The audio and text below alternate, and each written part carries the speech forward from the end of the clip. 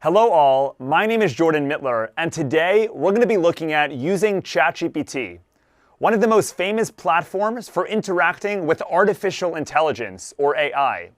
Whether or not you've used this tool before, I'm sure you've heard about artificial intelligence, or AI, a technology that is becoming progressively popular in the past few years.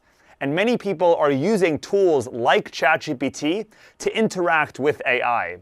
But today we're going to define what AI is, really how it works, and then dive deep into ChatGPT and how you yourself can benefit from using this tool. So artificial intelligence, what is it? Well, it's this concept, it's this idea of taking intellect that humans have and passing it over to devices like computers and smartphones. The idea that humans can make logical decisions and process data.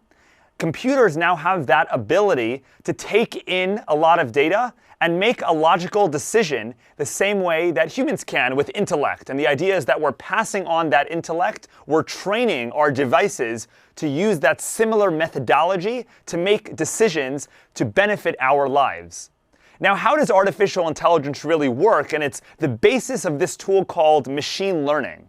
The idea that a device could learn how to do something or could become better at doing something by trial and error, by doing something over and over again until they get it correct.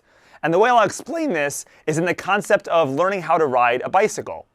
So when you were learning how to ride a bike back in the day, which hopefully many of you did, you didn't necessarily receive a textbook or really any sort of rule guidebook for how to go about learning how to ride a bike.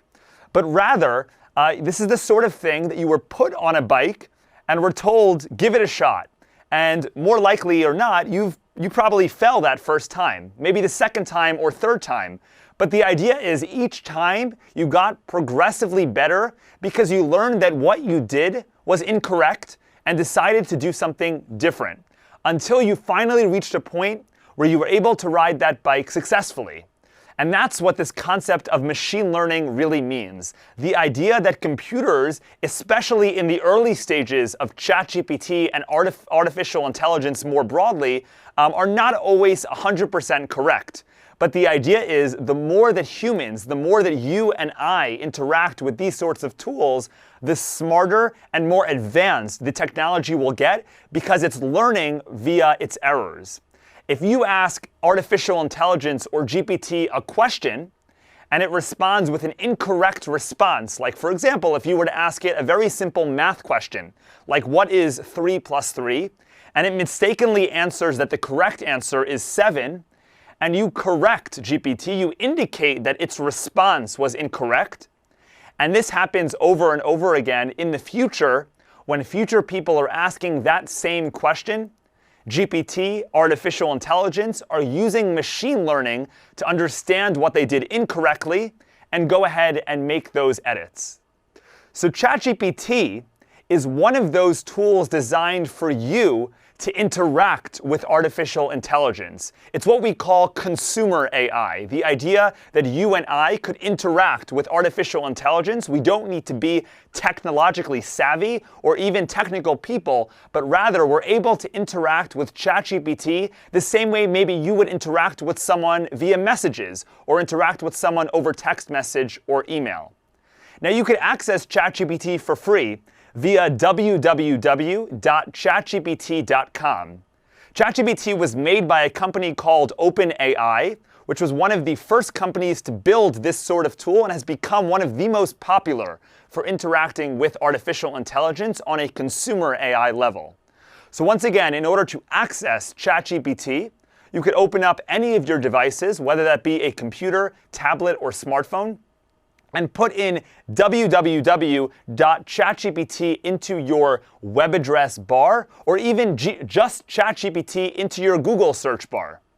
Separately, you are able to download an application on your smartphone or on your tablet called ChatGPT, which you could download via the Apple App Store or the Google Play Store. And via these apps, you could access the same program similarly, although this time it's directly on your devices itself without using the internet. So here is what comes up when you put in www.chatgpt.com into your web address bar. And you'll notice that there are some similarities here between what we see on the ChatGPT homepage and what we see on, let's say, the Google homepage, where we have obviously the name of the application we're using. You know you're in the right place because you see in the center the title of the site, the same way you would typically see Google here. And then you have a search bar, what it looks like a little bubble here with your blinking cursor at the beginning of Ask Anything. And you're able to put into this search bar really anything you would like. The same way on Google, you're able to interact with a search bar and ask it questions like, what's the weather today? Or what's 3 plus 3? Or try and find an image on Google Images. The way you're interacting with a search bar via Google is very similarly to how you would interact with a search bar on ChatGPT. And you'll notice that the way that this program will work, as I mentioned, is very similar to a messages conversation, where on the right side, you'll see text messages that you have inputted into the search bar. And on the left side, you'll see results that came from ChatGPT, that came from the artificial intelligence. So we're going to go ahead now and give this a shot. You're welcome to follow along on your personal device. But the idea here is to give you a framework and basic information on how to use the tool so you yourself can go about on your personal time using the platform itself for the types of things that benefit you and your life. Via ChatGPT here, we could put in something very simple. We'll start with something like, what is 10 plus 9? A very simple question. And you'll see as I type that in, it appeared over here. This is the sort of information that you could find on Google. Nothing in particular here that is advanced for artificial intelligence, but for the sake of understanding the way it works, we're going to start simple. And you'll notice that once I've put in and I've completed typing in my message, all the way on the right side, we have a little black circle with an arrow pointing up, which is very similar to when you're interacting on messages and you see that little blue arrow in order to send the message. Here you'll click on that black circle in order to basically lock in your prompt, we call it, to lock in your term and send it over to ChatGPT or AI. So I'm going to go ahead and tap on that black button, and you'll notice at the top right in gray is the message that I sent, and then all the way on the left is the response from the AI. So here we have, it repeats my question, 10 plus 9, and then in bold gives me my answer, equals 19. Now, of course, this is a very simple question, one that you could have very easily gone to Google to find, but as you'll see, there are more advanced features and abilities that you could use ChatGPT for. If I go ahead and put in something like, what does sagacious mean? What are synonyms? And I'll also ask to use it in a sentence. Now you'll notice here that I put 3 questions in.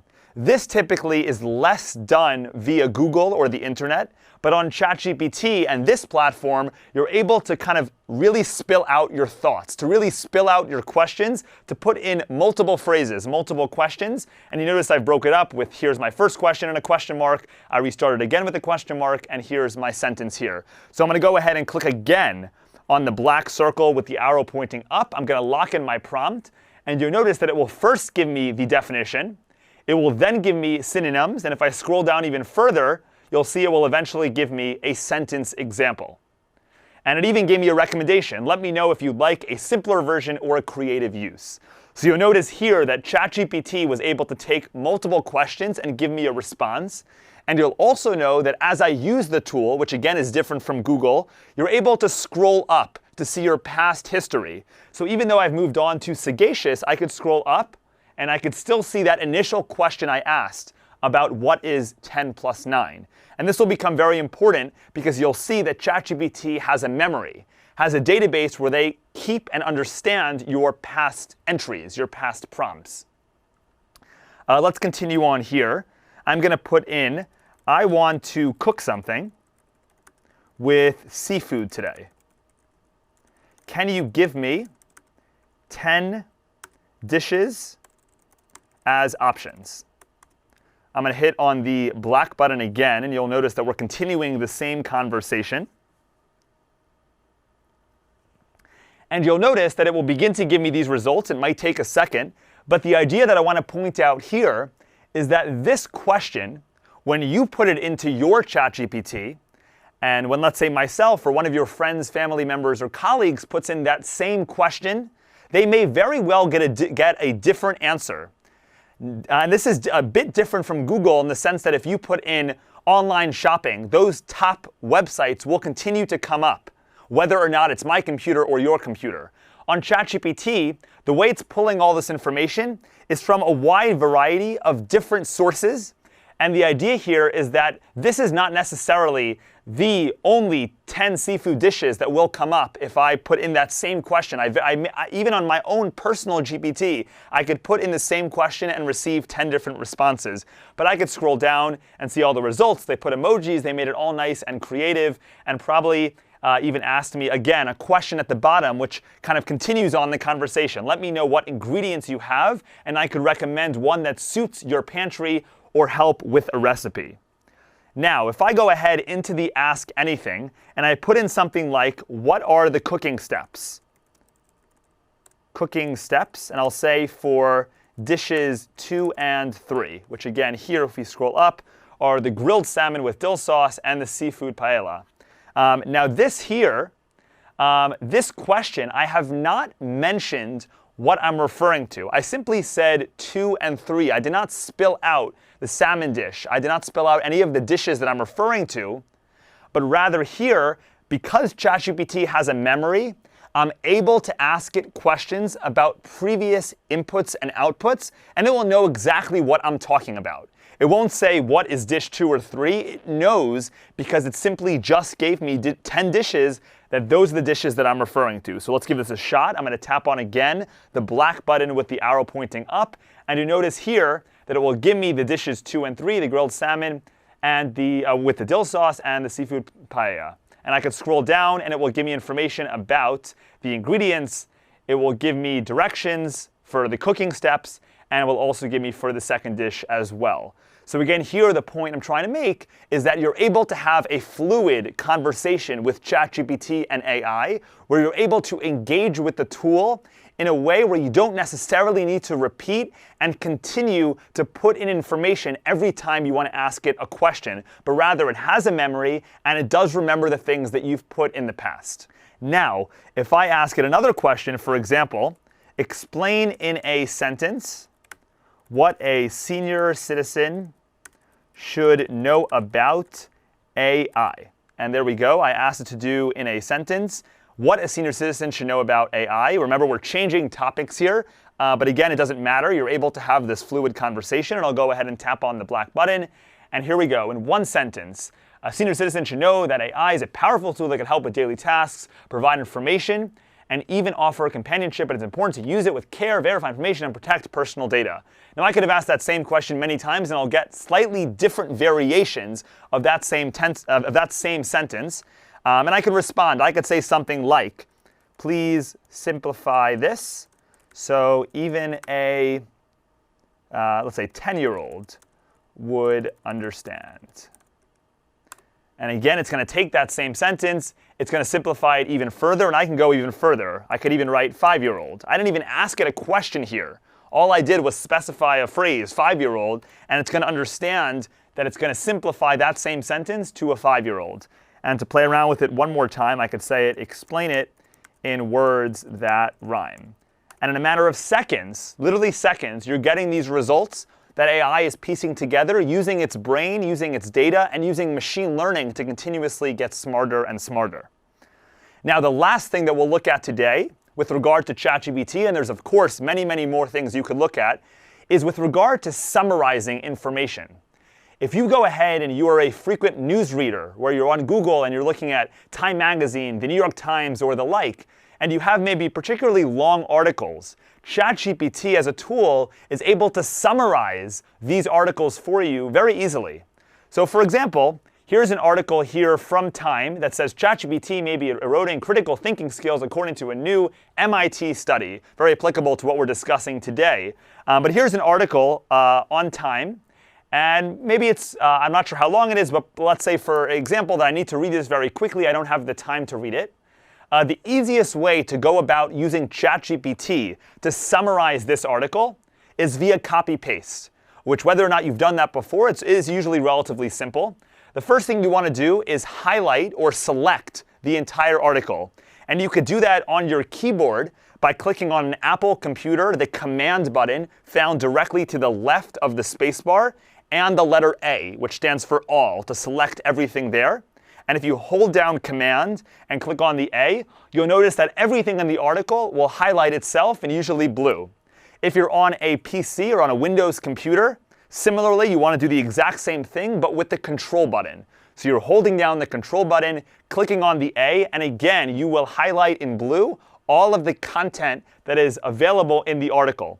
And it really doesn't matter if I've copied additional things beyond the article. For example, it looks like it highlighted the word explore, subscribe, maybe some of the advertisements found on the page. But ChatGPT is going to go through what you paste in and understand what pieces of this are actually relevant to the article itself. Now, in order to copy and paste, you could right-click on your keyboard and go and find the copy button, usually found towards the top of that drop-down menu.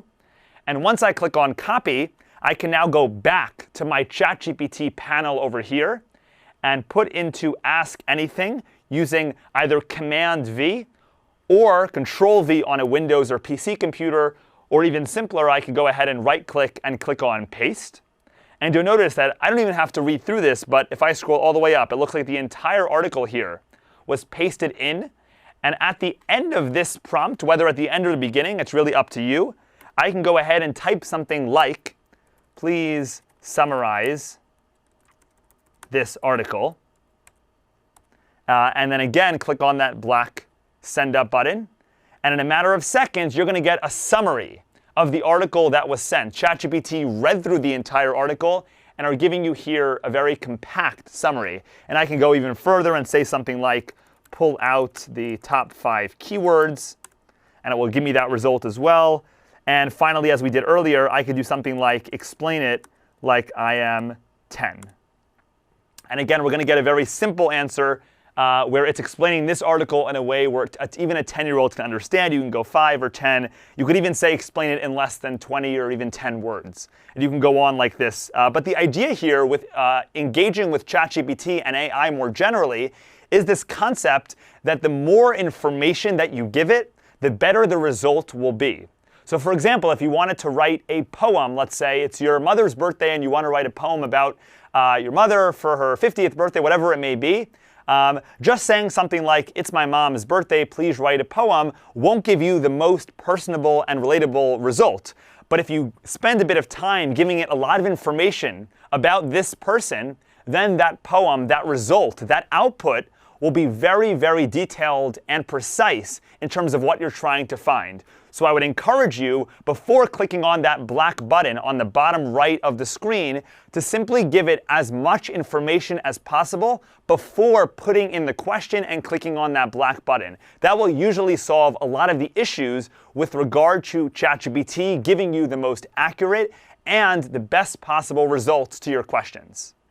So that was a broad introduction to using ChatGPT and understanding artificial intelligence, AI, more broadly.